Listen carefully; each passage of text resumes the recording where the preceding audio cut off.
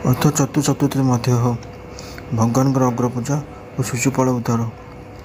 ଶ୍ରୀ ଶୁକଦେବ କହିଲେ, ହେ ପରୀକ୍ଷିତ, ଜରାସନ୍ଧ ବଧର ବର୍ଣ୍ଣନା ଓ ସର୍ବଶକ୍ତିମାନ ଭଗବାନଙ୍କର ଅଦ୍ଭୁତ ମହିମା ଶୁଣି ଧର୍ମରାଜ ଯୁଧିଷ୍ଠିର ବିଶେଷ ପ୍ରସନ୍ନ ହେଲେ ଏବଂ ଭଗବାନଙ୍କୁ କହିଲେ।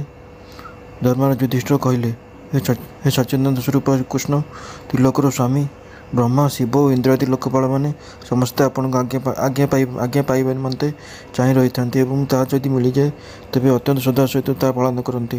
ହେ ଅନନ୍ତ, ଆମେ ଅତ୍ୟନ୍ତ ଦୀନହୀନ ହୋଇ ମଧ୍ୟ ନିଜକୁ ଭୂପତି ଓ ନରପତି ବୋଲି ଭାବୁଛୁ। ଏପରି ସ୍ଥିତିରେ ଆମେ ସତରେ ଦଣ୍ଡର ପାତ୍ର। କିନ୍ତୁ ଆଶ୍ଚର୍ଯ୍ୟର କଥା ଯେ ଆପଣ ଆମର ଆଜ୍ଞା ସ୍ୱୀକାର କରି ତାହା ପାଳନ କରୁଛନ୍ତି। ସର୍ବଶକ୍ତିମାନ କମଳାନୟନ ଭଗବାନଙ୍କ ନିମନ୍ତେ ଏହା ହେଉଛି ମାନବୀୟ ଲୀଳାର ଅଭିନୟ ମାତ୍ର। ସୂର୍ଯ୍ୟ ଉଦୟ ଓ ଅସ୍ତ ହେଉଥିଲେ ମଧ୍ୟ ତାଙ୍କର ତେଜ ଯେପରି କମ୍ ବେଶୀ ହୁଏ ନାହିଁ, ନାନା ପ୍ରକାର କର୍ମ କରି ମଧ୍ୟ ଆପଣ ସେପରି ଉଲ୍ଲସିତ ହୁଅନ୍ତି ନାହିଁ କି ବିଷଣ୍ଣ ହୁଅନ୍ତି ନାହିଁ, କାରଣ ଆପଣ ହେଉଛନ୍ତି ଅଦ୍ୱିତୀୟ ପରମବ୍ରହ୍ମ ପରମାତ୍ମା। ହେ ଅଜୟ ମାଧବ, ଯେଉଁମାନଙ୍କର ମୁଁ ଓ ମୋର, ତୁ ଓ ତୋର ଏପରି ବିକାରଯୁକ୍ତ ଭେଦବୁଦ୍ଧି ରହିଥାଏ, ସେମାନେ ହେଉଛନ୍ତି ପଶୁ। ଯେଉଁମାନେ ଆପଣଙ୍କର ଅନନ୍ୟ ଭକ୍ତ, ସେମାନଙ୍କ ଚିତ୍ତରେ ଏପରି ପାଗଳାମୀ, ଏପରି ବିଭ୍ରାନ୍ତ ବିଚାର କେବେ ବି ଜାଗ୍ରତ ହୁଏ ନାହିଁ। ତେଣୁ ଆପଣଙ୍କର ବି ଏପରି ବିଚାର ଜାତ ହେବ କିପରି? ତେଣୁ ଆପଣ ଯାହା କିଛି କରନ୍ତି ତାହା ଲୀଳା ଭିନ୍ନ ଅନ୍ୟ କିଛି ନୁହେଁ। ଶ୍ରୀ ଶୁକଦେବ କହିଲେ, ହେ ପରୀକ୍ଷିତ, ଧର୍ମରାଜ ଯୁଧିଷ୍ଠିର ଏପରି କହିଲେ ଏବଂ ଯଜ୍ଞ ନିମନ୍ତେ ଉପଯୁକ୍ତ ଶୁଭ ସମୟ ହୋଇଯିବା କ୍ଷଣି ଶ୍ରୀକୃଷ୍ଣଙ୍କ ଅନୁମତି ନେଇ ଯଜ୍ଞ କରିବାରେ ନିପୁଣ ବେଦବାଦୀ ବ୍ରାହ୍ମଣମାନଙ୍କୁ ପୁରୋହିତ ଆଚାର୍ଯ୍ୟ ଆଦି ରୂପରେ ବର୍ଣ୍ଣନା କଲେ। ସେମାନଙ୍କର ନାମ ହେଉଛି ଶ୍ରୀକୃଷ୍ଣ ଦ୍ୱୈପାୟନ, ବ୍ୟାସଦେବ, ଭରଦ୍ୱାଜ, ସୁମନ୍ତୁ, ଗୌତମ, ଅସିତ, ବଶିଷ୍ଠ, ଚ୍ୟବନ, କଣ୍ୱ, ମୈତ୍ରେୟ, କବଶ, ତ୍ରିତ, ବିଶ୍ୱାମିତ୍ର, ବାମଦେବ, ସୁମତି, ଜୈମିନୀ, କ୍ରତୁ, କୈଳ, ପରାଶର, ଗର୍ଗ, ବୈଶମ୍ପାୟନ, ଅଥର୍ବା, କଶ୍ୟପ, ଧୌମ୍ୟ, ପରଶୁରାମ, ଶୁକ୍ରାଚାର୍ଯ୍ୟ, ଆସୁରୀ, ବିତିହୋତ୍ର, ମଧୁଛନ୍ଦା, ବୀରସେନ ଓ ଅକୃତବ୍ରଣ। ଏମାନଙ୍କ ଛଡ଼ା ଦ୍ରୋଣାଚାର୍ଯ୍ୟ, ଭୀଷ୍ମ ପିତାମହ, କୃପାଚାର୍ଯ୍ୟ, ଧୃତରାଷ୍ଟ୍ର ଓ ତାଙ୍କର ଦୁର୍ଯ୍ୟୋଧନ ଆଦି ପୁତ୍ରଗଣ ଓ ମହାମତି ବିଦୁର ଆଦିଙ୍କୁ ମଧ୍ୟ ଯୁଧିଷ୍ଠିର ଡକାଇଲେ। ହେ ରାଜନ, ରାଜସୂୟ ଯଜ୍ଞ ଦେଖିବା ନିମନ୍ତେ ଦେଶର ସବୁ ରାଜା, ସେମାନଙ୍କର ମନ୍ତ୍ରୀଗଣ ତଥା କର୍ମଚାରୀ, ବ୍ରାହ୍ମଣ, କ୍ଷତ୍ରିୟ, ବୈଶ୍ୟ, ଶୂଦ୍ର ସମସ୍ତେ ସେଠାକୁ ଆସିଲେ। ପୁରୋହିତ ବ୍ରାହ୍ମଣମାନେ ସୁବର୍ଣ୍ଣ ଲଙ୍ଗଳରେ ଯଜ୍ଞଭୂମି ହଳ କରି ଯୁଧିଷ୍ଠିରଙ୍କ ଶାସ୍ତ୍ରବିଧି ଅନୁସାରେ ଯଜ୍ଞ ଦୀକ୍ଷା ଦେଲେ। ପ୍ରାଚୀନ କାଳରେ ବରୁଣ ଦେବତାଙ୍କ ଯଜ୍ଞରେ ଯେପରି ସମସ୍ତ ଯଜ୍ଞପାତ୍ର ସୁବର୍ଣ୍ଣରେ ଗଢ଼ା ଯାଇଥିଲା, ଯୁଧିଷ୍ଠିରଙ୍କର ଯଜ୍ଞର ସେହିପରି ପାତ୍ର ସବୁ ସୁବର୍ଣ୍ଣ ନିର୍ମିତ ଥିଲା। ପଣ୍ଡୁନନ୍ଦନ ମହାରାଜ ଯୁଧିଷ୍ଠିରଙ୍କ ନିମନ୍ତ୍ରଣ ପାଇ ବ୍ରହ୍ମା, ଶିବ, ଇନ୍ଦ୍ରାଦି ଲୋକପାଳ ନିଜ ନିଜର ଗଣମାନଙ୍କ ସହିତ ସିଦ୍ଧ ଓ ଗନ୍ଧର୍ବ, ବିଦ୍ୟାଧର, ବଡ଼ ବଡ଼ ରାଜା ଓ ରାଣୀ ସମସ୍ତେ ଆସି ଉପସ୍ଥିତ ହେଲେ। ସମସ୍ତେ ଭିନ୍ନ ଦ୍ୱିଧାରେ ସ୍ୱୀକାର କଲେ ଯେ ଯୁଧିଷ୍ଠିର ହିଁ ବାସ୍ତବରେ ରାଜସ୍ୱ ଯଜ୍ଞ କରିବାକୁ ଯୋଗ୍ୟ, କାରଣ ଭଗବାନଙ୍କର ଭକ୍ତଙ୍କ ନିମନ୍ତେ ଏପରି କରିବାଟା କିଛି ବଡ଼ କଥା ନୁହେଁ। ପୂର୍ବ କାଳରେ ଦେବତାମାନେ ଯେପରି ବରୁଣଙ୍କ ଦ୍ୱାରା ଯଜ୍ଞ କରାଇଥିଲେ, ଦେବତାମାନଙ୍କ ପରି ତେଜସ୍ୱୀ ଯାଜକମାନେ ସେହିପରି ଧର୍ମରାଜ ଯୁଧିଷ୍ଠିରଙ୍କ ଦ୍ୱାରା ବିଧିପୂର୍ବକ ରାଜସ୍ୱ ଯଜ୍ଞ କରାଇଲେ। ସମୋଲତର ରସ କାଢ଼ିବା ଦିନ ମହାରାଜ ଯୁଧିଷ୍ଠିର ନିଜର ପରମ ଭାଗ୍ୟବାନ ଯାଚକ ଓ ଯଜ୍ଞକର୍ମୀ ରହିଯାଉଥିବା ତ୍ରୁଟି ପ୍ରମାଦ ଦର୍ଶାଇବାକୁ ଆସିଥିବା ପୁସ୍ତକାଚାର୍ଯ୍ୟ ବା ପର୍ଯ୍ୟବେକ୍ଷକମାନଙ୍କୁ ବଡ଼ ନିଷ୍ଠାର ସହିତ ବିଧିପୂର୍ବକ ପୂଜା କଲେ। ତାପରେ ଉପସ୍ଥିତ ସଭାସଦମାନେ କାହାକୁ ଅଗ୍ରପୂଜ୍ୟ କରାଯିବ, ସେହି ବିଷୟ ବିଚାର ବିମର୍ଶ କରିବା ଆରମ୍ଭ କରିଦେଲେ। ବହୁ ଲୋକଙ୍କର ବହୁ ମତ, ତେଣୁ ସର୍ବସମ୍ମତିକ୍ରମେ ଏ ବିଷୟ ସ୍ଥିର କରାଯାଇ ପାରିଲା ନାହିଁ। ଶେଷରେ ସହଦେବ କହିଲେ, ଯଦୁବଂଶ ଶିରୋମଣି ଭକ୍ତବତ୍ସଳ ଭଗବାନ ଶ୍ରୀକୃଷ୍ଣ ହିଁ ସଦାଶିବଙ୍କ ମଧ୍ୟରେ ସର୍ବଶ୍ରେଷ୍ଠ। ସେ ହିଁ ଅଗ୍ରପୂଜ୍ୟ ହେବାର ଉପଯୁକ୍ତ ପାତ୍ର। ସେ ହିଁ ସକଳ ଦେବତାଙ୍କ ରୂପରେ ବିଦ୍ୟମାନ।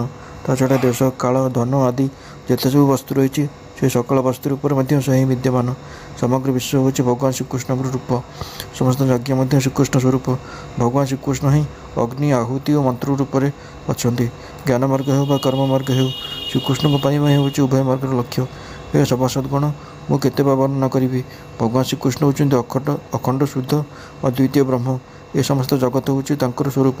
ସେ ସର୍ବଦା ଆତ୍ମସ୍ଥିତ ଏବଂ ଜନ୍ମ, ଅସ୍ତିତ୍ୱ, ବୃଦ୍ଧି ଆଦି ଛଅ ପ୍ରକାର ଭାବ ବିକାରରୁ ରହିତ। ସେ ଆପଣା ଇଚ୍ଛାରେ ହିଁ ଜଗତର ସୃଷ୍ଟି, ସ୍ଥିତି ଓ ସଂହାର କରନ୍ତି। ଶ୍ରୀକୃଷ୍ଣଙ୍କ ଅନୁଗ୍ରହରୁ ହିଁ ଜଗତର ସମସ୍ତ ନାନା ପ୍ରକାର କର୍ମ ଅନୁଷ୍ଠାନ କରି ଧର୍ମ, ଅର୍ଥ, କାମ, ମୋକ୍ଷ ରୂପୀ ପୁରୁଷାର୍ଥ ସମ୍ପାଦନ କରୁଛନ୍ତି। ତେଣୁ ସମସ୍ତଙ୍କଠାରୁ ଶ୍ରେଷ୍ଠ ଭଗବାନ ଶ୍ରୀକୃଷ୍ଣ ହିଁ ଅଗ୍ରପୂଜା ପାଇବାର ଯୋଗ୍ୟ। ତାଙ୍କୁ ପୂଜା କଲେ ସମସ୍ତ ପ୍ରାଣୀଙ୍କର ତଥା ନିଜର ବି ପୂଜା ହୋଇଯାଏ। ହେ ସର୍ବଜନ ହିତରେ ଦାନ ଧର୍ମ କରିବାକୁ ଚାହାନ୍ତି ଯେ ସେ ସମସ୍ତ ପ୍ରାଣୀଙ୍କର ତଥା ସବୁ ପଦାର୍ଥର ଅନ୍ତରାତ୍ମା, ଭେଦାଭାବ ଶୂନ୍ୟ परम शांत और परिपूर्ण भगवान श्रीकृष्ण को ही दान करवा उचित। हे परीक्षित, सहदेवता भगवान महिमा और प्रभाव जानी तेणु से ये कही चुप हो गले। से धर्मराज युधिष्ठिर यज्ञ सभा उपस्थित थिबा सबु सत्पुरुष सहदेव कथा को समर्थन कर एक स्वर कहले, ठीक कहीच, अति उत्तम मत। ब्राह्मण मान अनुमोदन शुणी एवं सभासद मान अभिप्राय जानीपारी धर्मराज युधिष्ठिर आनंद विह्वल हो गले। से हर्षित मन भगवान श्रीकृष्ण को पूजा कले। निजर पत्नी, भाई, मंत्री और कुटुंब लोक सहित से आनंद सहित भगवान पाद धोते और से पाद पद्मर लोकपावन जल निज मुंडे बोलिले। से भगवान को सुंदर पीतवस्त्र और बहुमूल्य आभूषण समर्पण कले। से पूजा करिया बेले तांकर नेत्र जुगले प्रेम और आनंदर अश्रुरे एपले छल छल होगला जे से भगवान को भल रूपे चाह भी पारे नहीं। भगवान श्रीकृष्ण एपरी पूजित और सत्कृत होबार देखि यज्ञ सभा उपस्थित थिबा समस्ते कर जोड़ी नमो नमो जय जय जय जय नाद करी प्रभु को नमस्कार जणाइले। सेतेबेले आकाशरू सुत पुष्पवृष्टि होबाकू लागिला। हे परीक्षित, शिशुपाल तार आसन में बसी एसबू घटना देखुए। भगवान श्रीकृष्ण जशगान शुणी से खूब रागिगला। से उठी ठिया हो पड़ा और बड़ असहिष्णु हो निर्भीक भाव में हाथ उठाई भगवान शुणी पारा भली कठोर शब्द कहला, हे सभासदगण, वेदगण काल ही ईश्वर बोली जहाँ कहते ता संपूर्ण सत्य। लक्ष्य चेष्टा कले काल को कहीं अटकई रखिपारे ना। से तार काम कर चले। एक कथार प्रत्यक्ष प्रमाण एठारे मिलगला। एठारे पिला कथार पड़ी बड़ बड़ वयोवृद्ध और ज्ञानवृद्ध मानकर बुद्धि भ्रमित हो गला। किंतु मोर मत जे अग्रपूजार योग्य पात्र बाछा आपण मन सबत समर्थ। तेणु यह सबर तत्वावधारक गण कृष्ण ही अग्रपूजार योग्य बोली सहदेव जहाँ कहला आपण मैंने ता ग्रहण करतु नहीं। एठारे बड़ बड़ तपस्वी, विद्वान, व्रतधारी, ज्ञानधारी, निजर समस्त पाप ताप नाश कर व्यक्ति, परम ज्ञानी, परम महर्षि, ब्रह्मनिष्ठ पुरुष आदि उपस्थित अच्छा जो मान कि बड़ बड़ लोकपाल मान भी पूजा करती। यज्ञ दोष त्रुटि दर्शाइबा निमंते आसिथिबा से सब तत्वावधारक मानक हय ज्ञान करी ए कूल कलंक गौड़टा भला किपर अग्रपूज्य हो पार कौन कुआ केबे यज्ञर पुरोडासर अधिक हो पारे। ए लोकटार ना अच्छी जाति ना आश्रम, ये उच्च कूल जन्म हुई नहीं। ये सकल धर्मर बाहर। ए लोकटा वेद और लोकमर्यादा उल्लंघन कर मन इच्छा आचरण करे। याठार गुण बोली किछि नहीं। ए परिस्थिति रे ए लोक किपर अग्रपूज्यर योग्य हेब कहतु तो। आपण मैंने जानते जे राजा जजाति यार वंश को अभिशाप देते। तेणु सज्जन मैंने यार वंश को वर्जन कर देते। पुणी एम समस्ते अଯଥା मद्यपान आसक्त। एपरी अवस्था किपर अग्रपूज्य हो पार। आपण मैंने समस्ते ब्रह्मर्षि मैंने निवास कर मथुरा आदि देश परित्याग कर समुद्र मझे वेद चर्चा शून्य स्थान गोटे किला गढ़ी से रोचंती। एमाने जेतेबेले सेठू बाहरती सेतेबेले एमाने प्रजा मानक डकायती पर दुख कष्ट दियंती। हे परीक्षित, सत कह गले शिशुपाल सकल शुभ नष्ट हो सारी। तेणु से भगवान श्रीकृष्ण को शुणाइला परी आहरी अनेक कड़ा कथा कहीगला। किंतु झील जपरी बिलर शब्द प्रति कान दिए ना। भगवान श्रीकृष्ण सेपरी एत कथा शुणी कौन सी उत्तर न दे चुप रहिले। किंतु सभासद मान पाखे श्रीकृष्ण निंदा शुणा असह्य होगला। से मध्य केते जन निजर कान बंद करदे और ताको गाड़ी दे सेठारु उठी पलाई बाहर को चलीगले। ये परीक्षित, जो लोक भगवान कि भगवत भक्त कर निंदा शुणी से चली न जाती से शुभकर्म नष्ट हो जाए और से अधोगति हुए। ये परीक्षित, शिशुपाल को मारिदेवा निमंते पांडव, मत्स्य, कैकेयी और सूर्यवंशी राजा मैंने क्रोध प्रकाश कर तरबारी धरी ठिया गले। किंतु ताहा देखि शिशुपाल आदौ भय कला नहीं। से आग पछे विचार न करी निज ढाल तरबारी धरी प्रस्तुत होगला और श्रीकृष्ण पक्ष नहीं राजा मान युद्धपाई आह्वान देला। एभली लड़ाई झगड़ा आरंभ हो देखि श्रीकृष्ण ठिया हो पड़े और स्वपक्षी राजा मान शांत कले। शेष से निजे क्रोधित हो तीक्ष्णधार चक्र उपर को झपटी आसु शिशुपाल शिरच्छेदन करदे। शिशुपाल मरीजु सेठे कोलाहल खेलीगला। तो अनुगामी राजा मैंने निज निजर प्राण रक्षा करने निमंते सेठू पलाई गले।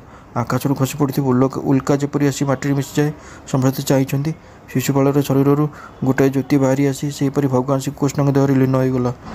हे परीक्षित, ବିଗତ 3 ଜନ୍ମ ଧରି ଶିଶୁପାଳର ଅନ୍ତରରେ ଭଗବାନ ପ୍ରତି ବୈର ଭାବ ବଢ଼ି ଚାଲିଥିଲା। ତେଣୁ ସେ ବୈର ଭାବରେ ଧ୍ୟାନ କରି କରି ସେ ଭଗବାନଙ୍କ ସଙ୍ଗେ ତନ୍ମୟ ହୋଇଗଲା ଏବଂ ଭଗବାନଙ୍କ ପାର୍ଷଦ ହୋଇଗଲା। ସତରେ ଜୀବର ମୃତ୍ୟୁ ପରବର୍ତ୍ତୀ ଗତି ମିଳିବାରେ ହିଁ ତା'ର ଭାବ ହିଁ କାରଣ ହୋଇଥାଏ। ଶିଶୁପାଳର ସଦ୍ଗତି ହୋଇଯିବା ପରେ ଚକ୍ରବର୍ତ୍ତୀ ଧର୍ମରାଜ ଯୁଧିଷ୍ଠିର ଯଜ୍ଞର ଆଚାର୍ଯ୍ୟ ଓ ଋତୁଜମାନଙ୍କୁ ପ୍ରଚୁର ଦକ୍ଷିଣା ଦେଲେ ତଥା ସମସ୍ତଙ୍କୁ ସତ୍କାର କରି ନିଜେ ବିଧିପୂର୍ବକ ଯଜ୍ଞନ୍ତ ସ୍ନାନ କଲେ। ଏପରି ଭାବରେ ଯୋଗେଶ୍ୱର ଭଗବାନ ଶ୍ରୀକୃଷ୍ଣ ଧର୍ମରାଜ ଯୁଧିଷ୍ଠିରଙ୍କ ରାଜସ୍ୱ ଯଜ୍ଞ ପୂର୍ଣ୍ଣ କରାଇଲେ ଓ ନିଜର ବନ୍ଧୁବାନ୍ଧବ ତଥା ସୁହୃଦମାନଙ୍କର ଅନୁରୋଧ ରକ୍ଷା କରି ସେଠାରେ କିଛି ମାସ ରହିଲେ। ତାପରେ ରାଜା ଯୁଧିଷ୍ଠିରଙ୍କ ଇଚ୍ଛା ନଥିଲେ ମଧ୍ୟ ସର୍ବଶକ୍ତିମାନ ଭଗବାନ ଶ୍ରୀକୃଷ୍ଣ ତାଙ୍କର ଅନୁମତି ନେଇ ନିଜର ରାଣୀ ଓ ମନ୍ତ୍ରୀମାନଙ୍କୁ ଧରି ଇନ୍ଦ୍ରପ୍ରସ୍ଥରୁ ଦ୍ୱାରକା ଯାତ୍ରା କଲେ। ହେ ପରୀକ୍ଷିତ, ମୁଁ ତୁମକୁ ଏହି ଅର୍ଥାତ୍ ଶିଶୁପାଳର ପୂର୍ବଜନ୍ମ ସମାଧି ଉପାଖ୍ୟାନ ବିସ୍ତୃତ ଭାବେ କହିସାରିଛି। ତୁମେ ସପ୍ତମ ସ୍କନ୍ଧରେ ଶୁଣିସାରିଛ ଯେ ସନକାଦି ଋଷିମାନଙ୍କ ଅଭିଶାପରୁ ବୈକୁଣ୍ଠବାସୀ ଜୟ ବିଜୟଙ୍କୁ ବାରମ୍ବାର ଜନ୍ମ ନେବାକୁ ପଡ଼ିଥିଲା। ମହାରାଜ ଯୁଧିଷ୍ଠିର ରାଜସ୍ୱ ଯଜ୍ଞ ପରେ ଯଜ୍ଞାନ୍ତ ସ୍ନାନ କରି ବ୍ରାହ୍ମଣ ଓ କ୍ଷତ୍ରିୟମାନଙ୍କ ସଭାରେ ଦେବରାଜ ଇନ୍ଦ୍ରଙ୍କ ପରେ ଶୋଭାୟମାନ ହେଲେ। ରାଜା ଯୁଧିଷ୍ଠିର ଦେବତା, ମନୁଷ୍ୟ ଓ ଆକାଶଚାରୀମାନଙ୍କୁ ଯଥାଯୋଗ୍ୟ ସତ୍କାର କଲେ ଏବଂ ସେମାନେ ଭଗବାନ ଶ୍ରୀକୃଷ୍ଣଙ୍କର ଏବଂ ରାଜସ୍ୱ ଯଜ୍ଞର ପ୍ରଶଂସା କରି ନିଜ ନିଜ ଲୋକକୁ ଆନନ୍ଦରେ ଫେରିଗଲେ। ଏ ପରୀକ୍ଷିତ, ସମସ୍ତେ ସୁଖୀ ହେଲେ, କିନ୍ତୁ ପାଣ୍ଡବମାନଙ୍କର ଏହି ଉଜ୍ଜ୍ୱଳ ରାଜଲକ୍ଷ୍ମୀର ଉତ୍କର୍ଷ ଦେଖି ଦୁର୍ଯ୍ୟୋଧନ ସହିପାରିଲେ ନାହିଁ। ସେ ଥିଲେ ସ୍ୱଭାବତଃ ପାପୀ, କଳହପ୍ରିୟ ଓ